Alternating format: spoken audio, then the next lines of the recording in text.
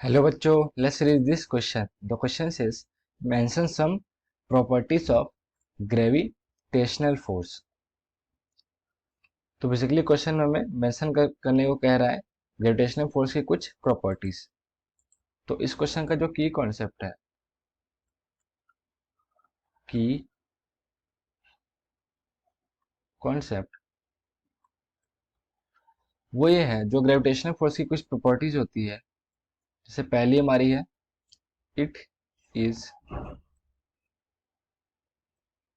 Always attractive in nature.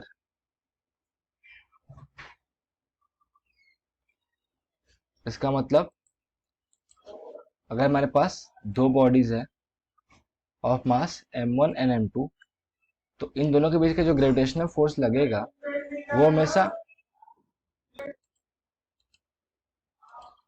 वो हमेशा attractive nature का होगा, यानी इन दोनों मासों को एक दूसरे की तरफ पुल करेगा. अगर हमारा एफ जी ग्रेविटेशनल फोर्स है तो इन दोनों बॉडीज पे अट्रैक्टिव नेचर का फोर्स लगेगा. जो सेकेंड प्रॉपर्टी है वो है, it is a long range force. Long range force इसका मतलब, अगर लॉन्ग रेंज फोर्स का मतलब, अगर दोनों ऑब्जेक्ट के बीच का अगर डिस्टेंस काफी बड़ा है, नहीं काफी लॉन्ग है, तो उनके बीच का भी जो ग्रेविटेशनल फोर्स लगेगा वो वैल्यूड होगा, और उसकी वैल्यू होगी F G is equal to G m1 m2 upon r square, जहाँ m1 m2 दोनों के मासेस हैं, r is the distance between them, and g is our universal gravitation constant. जो थर्ड प्रॉपर्टी है वो है, it is the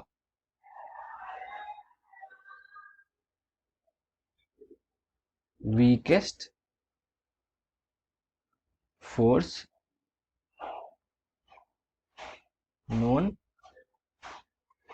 in the nature. कहने का मतलब, नेचर में जितने फोर्सेस अभी नोन है उनमें सबसे वीकेस्ट फोर्स होता है हमारा कौन सा, ग्रेविटेशनल फोर्स.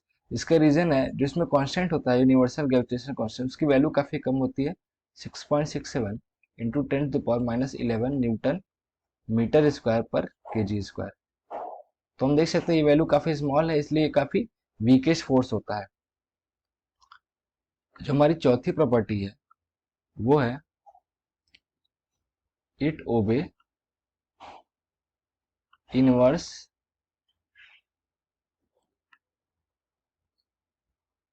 Square law. क्योंकि यहां देख सकते हैं जो डिस्टेंस है दोनों ऑब्जेक्ट के बीच का, उसके इनवर्सली, उसके स्क्वायर के यानी आर स्क्वायर के इनवर्सली प्रोपोर्शनल है जो हमारा ग्रेविटेशनल फोर्स, इसलिए ये इनवर्स स्क्वायर लॉ को ओबे कर रहा है. तो ये कुछ प्रॉपर्टीज थी किसकी, ग्रेविटेशनल फोर्स की. सो our final answer will be, there are some properties of gravitational force. First is, it is always attractive nature. Second is, it is a long range force. Third is, it is the weakest force known in the nature. And fourth is, it obey inverse square law. Hope you understood it well, and best of luck.